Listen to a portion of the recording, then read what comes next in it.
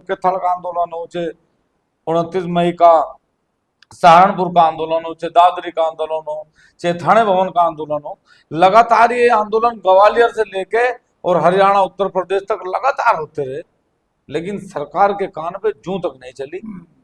और जिन नेताओं का हम विरोध कर रहे थे, उन्हीं नेताओं को भारतीय जनता पार्टी ने पहली सूची में टिकट देके राजपूत समाज का अपमान करने का काम करा। सिर्फ उन्हें समझना चाहिए था, मतलब पुरुषोत्तम रूपाला के बयान का भारतीय जनता पार्टी ने विरोध नहीं करा, समर्थन करा, और जो उसका विरोध कर रहे थे उन लोगों को आईना दिखाने का काम करा।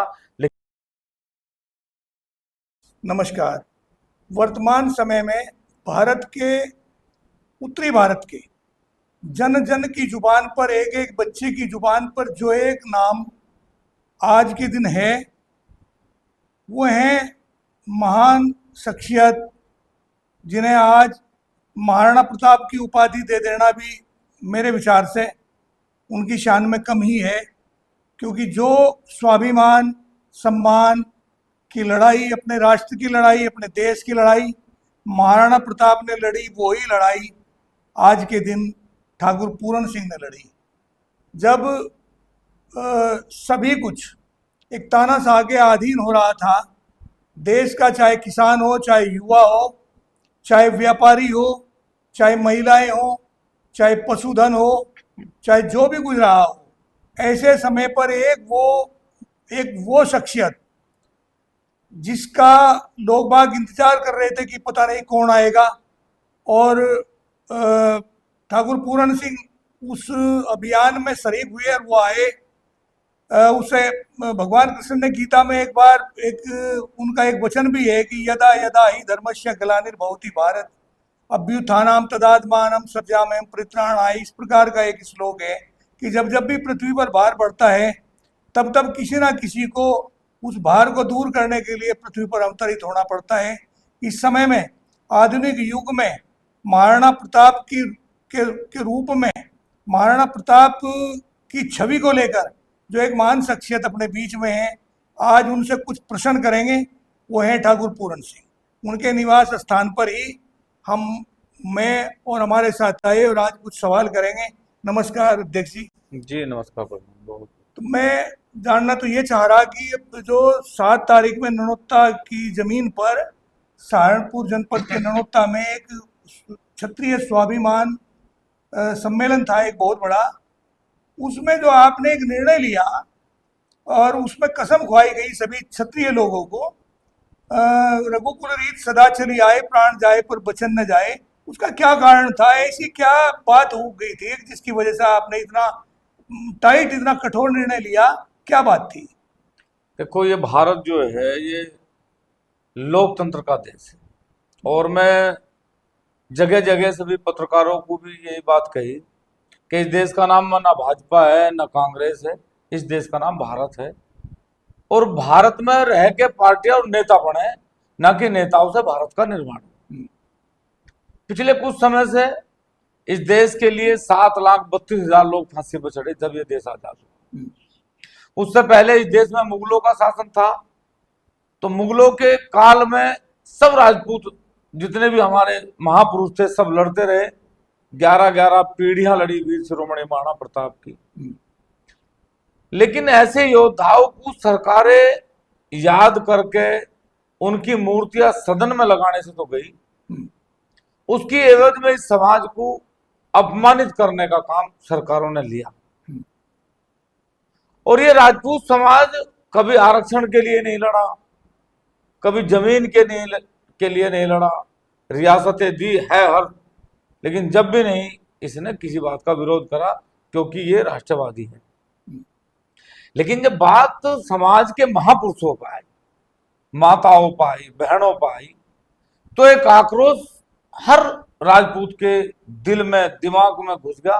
और उसने एक बात ये ठानी कि भाई बार बार हम आंदोलन करे, चाहे थल का आंदोलन हो, चाहे 29 मई का सहारनपुर का आंदोलन हो, चाहे दादरी का आंदोलन हो, चाहे थाने भवन का आंदोलन हो, लगातार ये आंदोलन ग्वालियर से लेके और हरियाणा उत्तर प्रदेश तक लगातार होते रहे, लेकिन सरकार के कान पे जूं तक नहीं चली।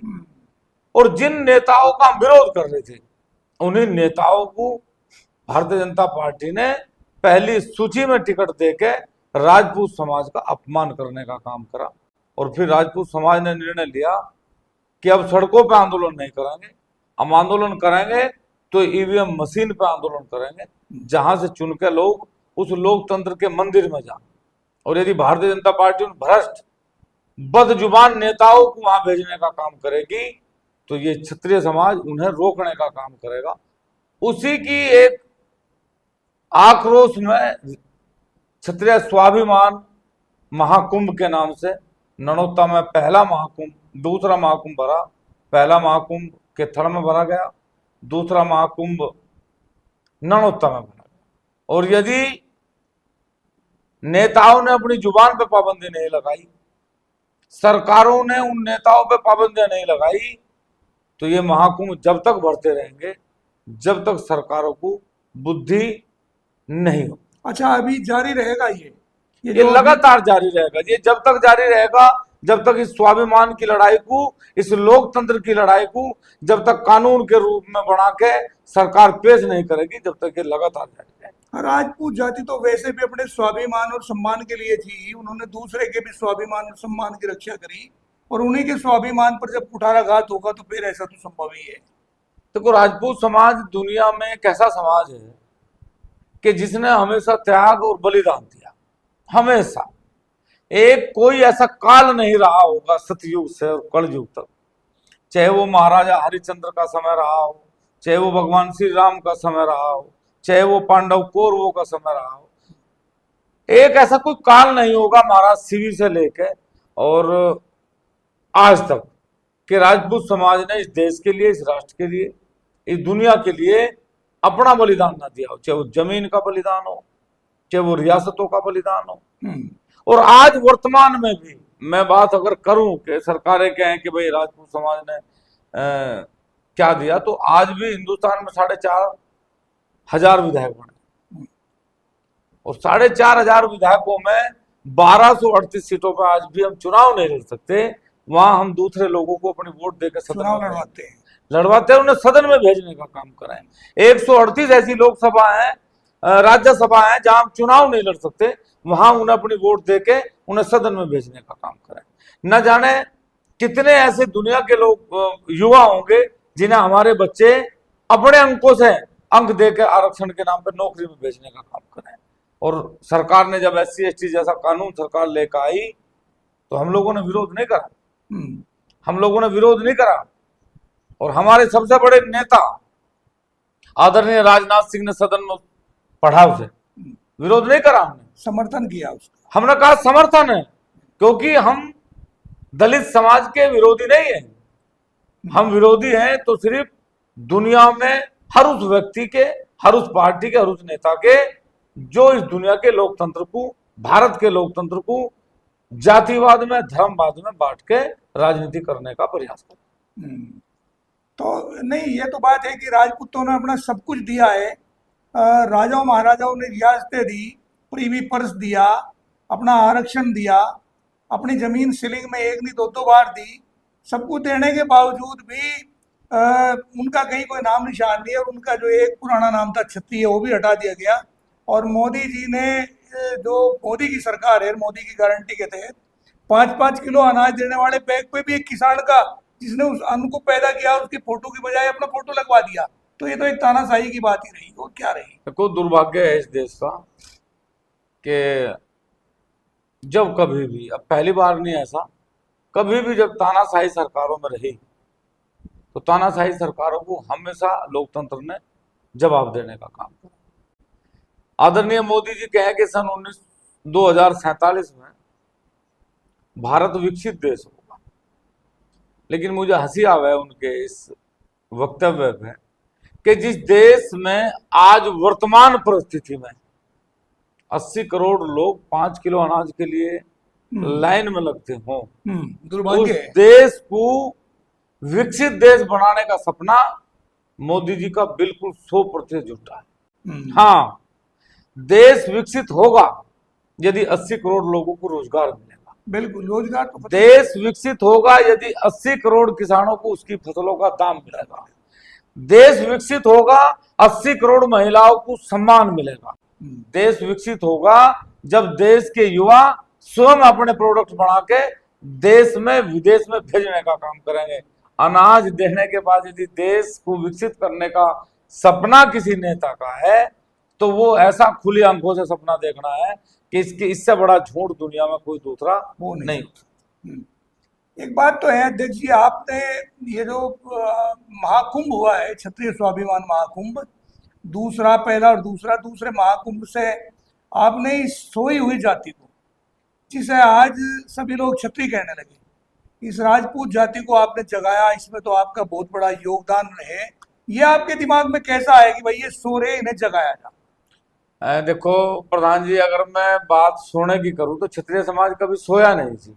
और यदि मैं इसे दूसरे उससे कहूं व्यवस्था से कि मैं थोड़ा सा इसे दूसरे अपनी भाषा में कहूं तो परिवर्तन संसार का नियम है।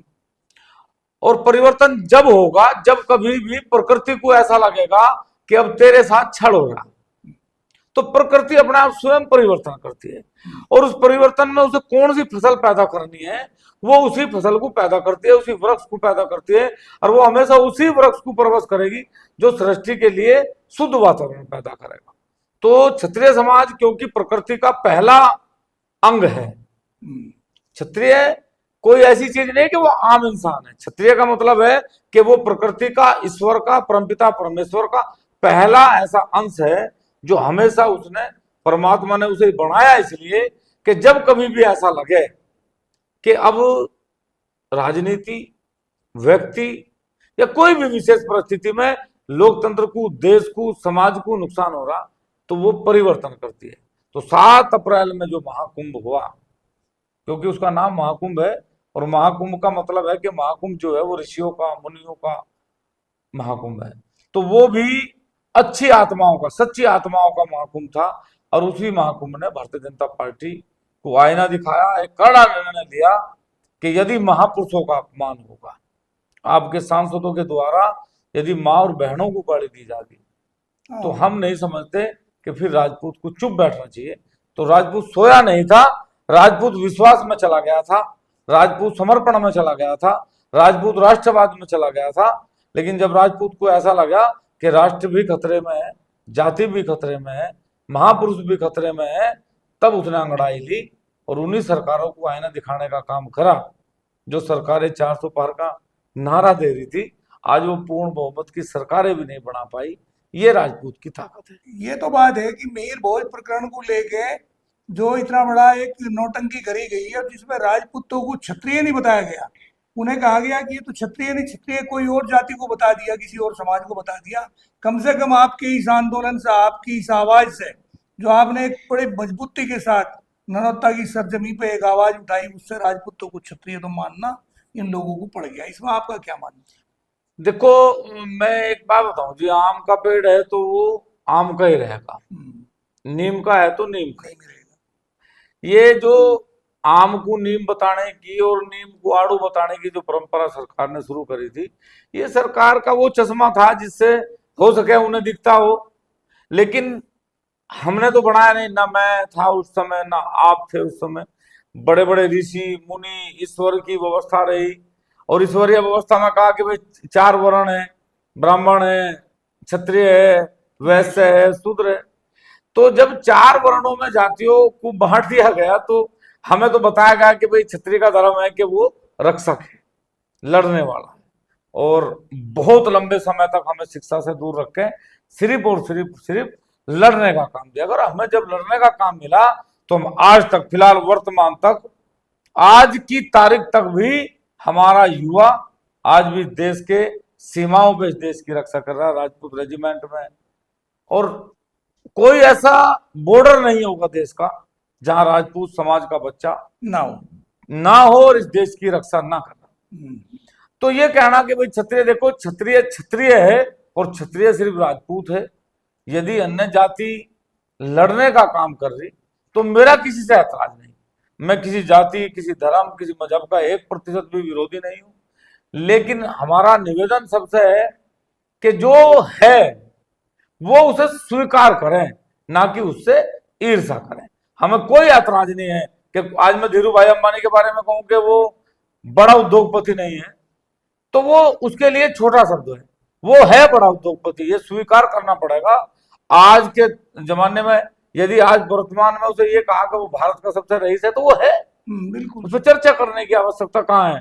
तो अगर ये आज लिखा गया कि उस तारीख में उस सन में धीरू भाई अंबानी सबसे बड़े रईस थे, तो उसे कोई नकार नहीं सकता। वो तो है। तो क्षत्रिय हमेशा क्षत्रिय था, क्षत्रिय है, और राजपूत क्षत्रिय हमेशा रहेगा। अच्छा, क्षत्रियों के विद्रोह ने इस बार सरकार को, जो मोदी सरकार थी, उसे इस मोड़ पर तो लाके खड़ा कर दिया कि वो अल्पमत में आ गई।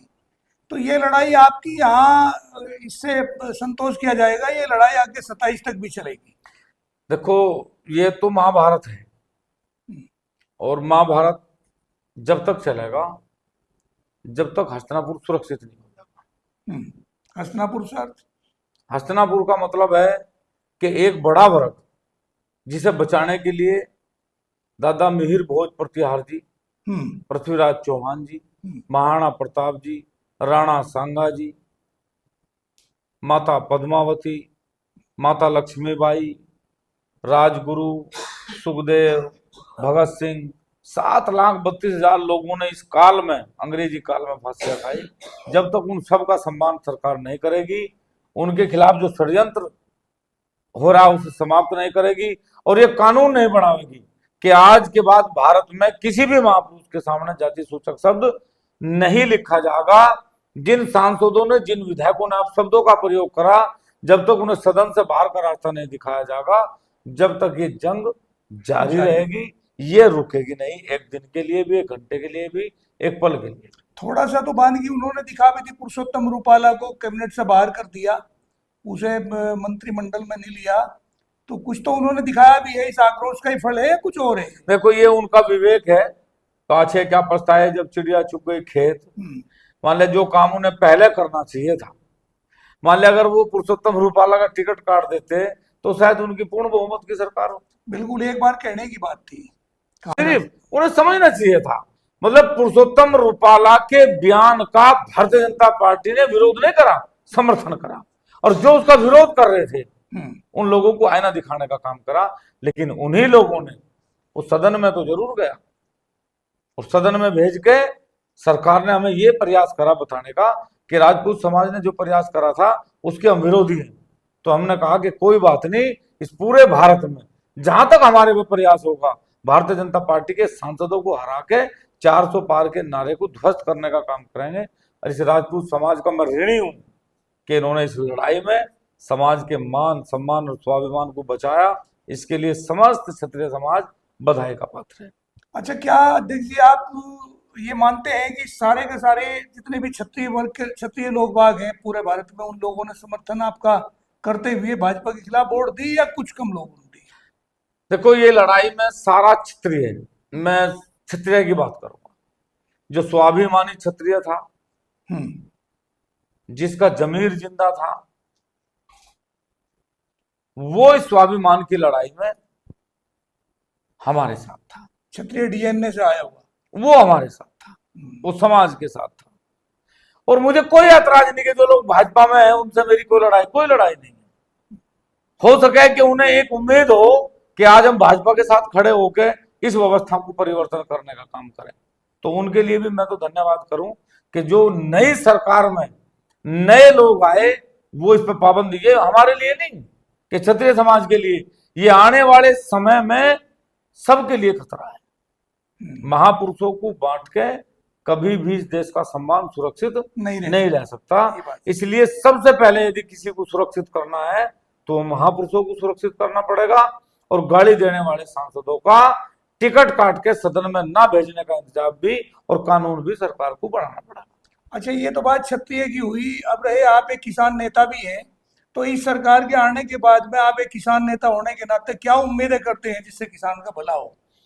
देखो, वैसे तो हम नहीं मानते कि सरकार के लिए आज 76 साल बाद भी इस देश में किसान के लिए कोई एक ऐसा कानून बना हो जिससे किसान को लाभ हो। और नई सरकार है, पिछले 10 साल से एक बात सुनते आए कि आय दोगुनी होगी किसान की, आय दोगुनी होगी, बिजली फ्री होगी किसान की। अभी तक ना बिजली फ्री है ना आय दोगुनी हुई। तो नई सरकार है और हम तो सरकार से सिर्फ यही कहेंगे कि जिस देश का किसान, जिस देश का मजदूर हम्म, तंग रहेगा वो देश कभी खुशहाल हो ही नहीं नहीं हो सकता। सकता। इसलिए सरकारें जितने अच्छे रोड आदरणीय नितिन गडकरी जी ने बनाए, हम्म, जितनी अच्छी सुरक्षा माननीय योगी आदित्यनाथ जी ने दी, तो इस बार कृषि मंत्रालय का जो प्रभार दिया गया, भार दिया गया, शिवराज सिंह चौहान वो शिवराज सिंह चौहान को दिया गया। और वो जमीन से जुड़े हुए नेता हैं अच्छे नेता है। और उनकी लोकप्रियता है। वो जमीन से जुड़े हर एक व्यक्ति के बारे में बहुत गहराई से जानते जानते। तो हमें इस बार, मुझे उम्मीद है कि शायद किसान की कुछ व्यवस्थाओं में परिवर्तन करने का वो प्रयास करें। और मेरा उनसे शुभकामनाएं भी है और उनसे मेरा ये आग्रह भी है कि वो इस मंत्रालय में भी ये साबित करें कि हाँ भाई, मैं जैसे मध्य प्रदेश को संवारा सजाया हम्म, और इस बार मुझे लोकसभा में आने का मौका मिला, तो वो देश के सभी नेताओं से बड़ी जीत लेकर आए, 8.5 लाख वोटों से वो जीते। तो किसान ने, महिलाओं ने, युवा ने उन पर विश्वास करा। वो ठीक है, मध्य प्रदेश के महिलाओं ने, मध्य प्रदेश के युवाओं ने करा, लेकिन अब उन पर भारत का भार है। जी तो भारत के किसानों के बारे में बहुत गहराई से सोच के, बहुत गहराई से समझ के इस पूरे विषय में किसानों को लाभ देने का काम करें। अच्छा, एक आखिरी सवाल छोटा सा आपसे और पूछूंगा। क्या है जो भानुमति का कुंडा बना है, जो ये बीजेपी की सरकार, गठबंधन की, एनडीए की, बीजेपी की नहीं एनडीए की सरकार आई, इस पर आपकी क्या राय है? क्या चलेगी या क्या रहेगा? क्या हो सकता है? 5 साल निकाल लेंगे या नहीं? देश के हित में तो हमारी शुभकामनाएं है कि सरकार चलनी चाहिए, लेकिन जो लोग इस बार इस सरकार में हैं वो दाढ़ में कंकर हैं और वो जाड़ के नीचे जरूर आएंगे एक दिन, ये गारंटी है 100%। और हमें नहीं लगता कि कंकर इस दाल का स्वाद ना बिगाड़े। धन्यवाद, धन्यवाद साहब। जी। नमस्कार। ये थे ठाकुर पूरण सिंह जी, जिन्हें आज उत्तरी भारत के एक एक बच्चे बच्चे की जुबान पर जिनका नाम है और जिन्हें मिलने के लिए लोग तरसते हैं, ऐसे महान शख्सियत को प्रणाम, नमस्कार। जय हिंद, जय भारत, जय किसान।